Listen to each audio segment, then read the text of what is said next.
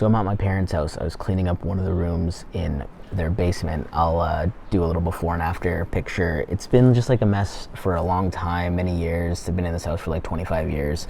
And, obviously stuff happens. Things get kind of messy, and they're older, so I volunteered. Well, my mom told me to, as it goes, but, I volunteered to help them clean it out, and it really got me thinking just how much I used to be someone who just kept a lot of stuff. My room was always a mess as a teenager, and it makes sense, like, when our parents, and not to blame our parents because you can't blame them for everything, but we kind of tend to act the way we see stuff happen, right? What we grew up around in, because they were both academics, they kept a lot of stuff, and then I kept a lot of stuff, and it can be great to have a lot of stuff around.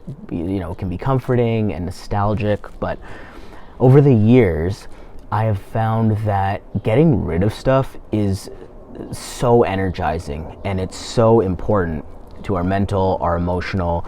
I love those shows where people clean up, those organizational shows. And obviously one of the more famous people, Marie Kondo, who probably some of you have heard of her, she talks a lot about stuff sparking joy. And what I've come to bring that into my own life is surround yourself with the stuff that energizes you, that feels good, that you're happy to hang on to.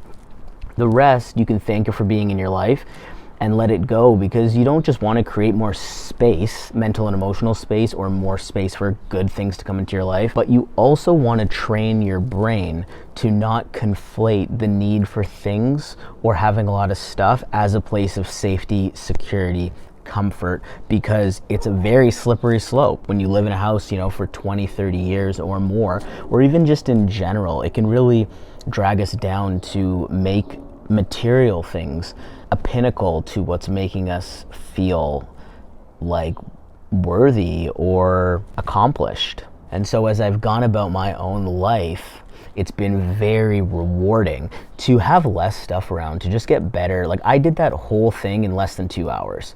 I took everything out, I organized it, threw stuff away that needed to be thrown away. I left it in piles by category. I took a break, I came back like 40 minutes later, put everything back in place, basically, right? So it's not that it takes a lot of work, but I think what can be hard about it is a lot of us are taught to not be able to let things go. And that bleeds into not just our personal stuff, but relationships, business relationships, personal relationships, romantic, a whole variety of things. Missed opportunities. Oh, I should have done this then, or if only I had started XYZ 10 years ago.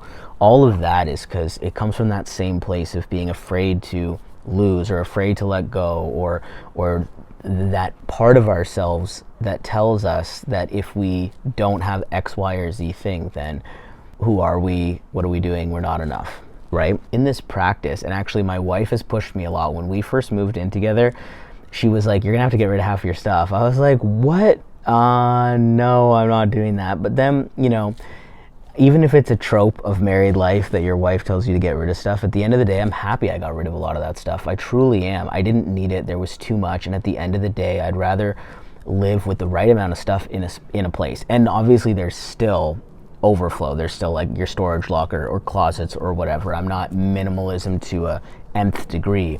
But I think in business, and if you are someone who wants to get to that place where you feel more free, more joy, more clarity in general, I think it's important to have less stuff and to prioritize what we truly love in the moment.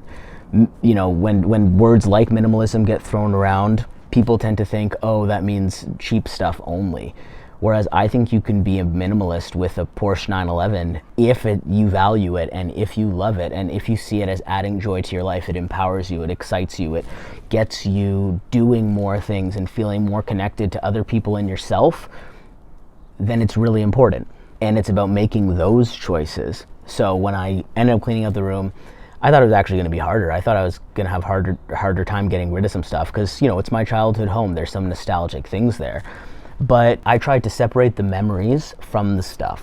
And when I look at something like, a Halloween decoration that I made when I was 10 years old, and all those memories of decorating the house and going out trick-or-treating with my friends, but those memories live in here.